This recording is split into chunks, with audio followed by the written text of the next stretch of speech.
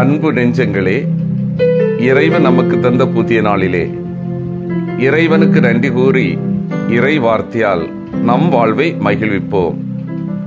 இறைவன் நம் அனைவரை நிறைவாக ஆசீர்வதித்து பாதுகாத்து வழிநடத்துவாராக. இன்றைய நற்செய்தி வாச சிந்தனை மூதாதைய மரபு. மார்க்கு நற்செய்தி நூல் பிரிவு 7 இறை சொற்றொடர்கள் 1 முதல் 13 முடிய. இதன் விளக்கம் அறிவோம். ஒரு சமூகம் என்று சொன்னால் பல வகையான உறவுகளால் பின்னி பிணைந்து காணப்படுகின்றன. இதற்கென்று சட்டத்திட்டங்கள் உள்ளன.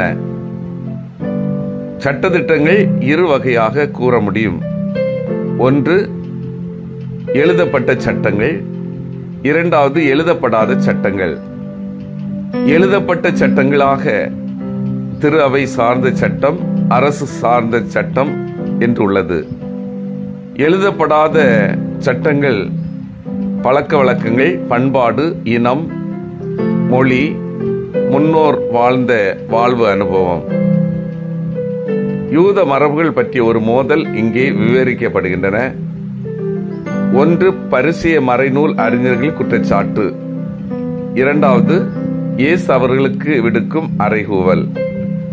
பரிசேய மறைநூல் அறிஞர் இயேசுவின் பணிமுறைகளையும் அவருடைய போதனைகளையும் வெறுத்ததற்கு காரணம் மக்கள் இயேசுவை ஏற்பதில் காட்டும் ஆர்வம்தான். தங்கள் ஆதிக்கம் குறைந்து போகிறது என்கிற ஆதங்கம் அவர்களை வாட்டியது. இயேசுடன் மோதலில் வரும் குற்றச்சாட்டு சீடர்களின் நடத்தை பற்றியது. அதாவது அவர்கள் தீட்டுப்பட்ட அல்லது கழுவாத கரங்களுடன் மேற்கொள்ளும் செயல்கள் பற்றியது.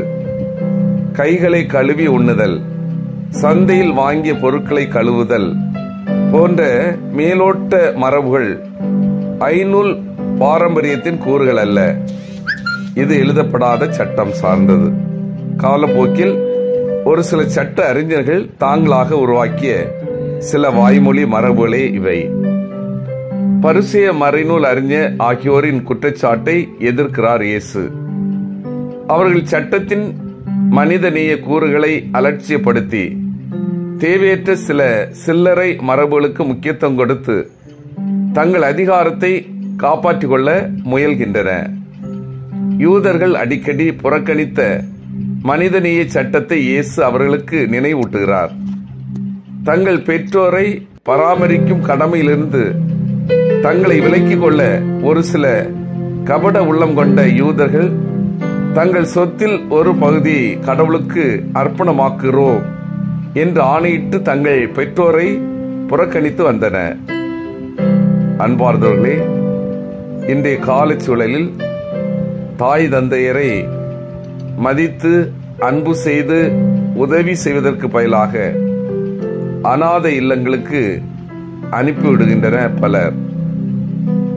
பெற்றோரது உழைப்பு, தியாகம், பாசம் அனைத்தையும் மறந்து அவர்களை ஒதுக்கிவிட்டு ஆலயத்திற்கு அதிகமாக கொடுக்கின்ற கொடைவள்ளல், விளம்பரத்திற்காக செலவு செய்கின்ற மனநிலை அதிகரித்து வருகிறது.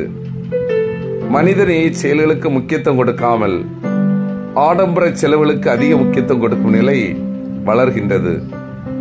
இதே பாசம், இதே அன்பு, இதே உறவு இவற்றை மறந்தவர்களாக வெளி பகட்டு, அதிகாரம், புகழ், செல்வம், பணம் இவற்றை முதன்மையாக கொண்டு வாழும் நிலை பெருகி வருகிறது. இவற்றின் மத்தியில் இயேசுவின் மனிதநேய பணியை முதன்மையாக ஏற்று செயல்படுத்துவோம். சிந்தித்து தியானித்து செயல்படுவோம். நான் பாரம்பரிய ஒழுங்கல் என்று கூறி மனிதநேய செயல்களை புறக்கணிக்கின்றேனா? பிறரது நிறைகளை பார்த்து ஊக்கப்படுத்தாமல் பிறரது குறைகளை சுட்டிக்காட்டி மட்டம் தட்டுகின்றேனா? எங்கெல்லாம் நல்ல நிகழ்வுகள் உள்ளதோ அதை திறந்த மனதோடு ஏற்கும் மனப்பக்குவம் உள்ளதா? மன்றாடுவோம். வல்லமை மிக்க இறைவா, நாங்கள் அனைவரும் பாரம்பரிய மரபில் அதிக முக்கியத்துவம் கொடுக்காமல் மனிதநேய செயல்களுக்கு முக்கியத்துவம் கொடுத்து செயல்படவும் பிறரிடம் நிறைகளை பார்த்து ஊக்கப்படுத்தவும், நல்லது எங்கிருந்தாலும் ஏற்று செயல்படுத்தும் மனப்பக்குவத்தை தந்தருளும். ஆமீன்.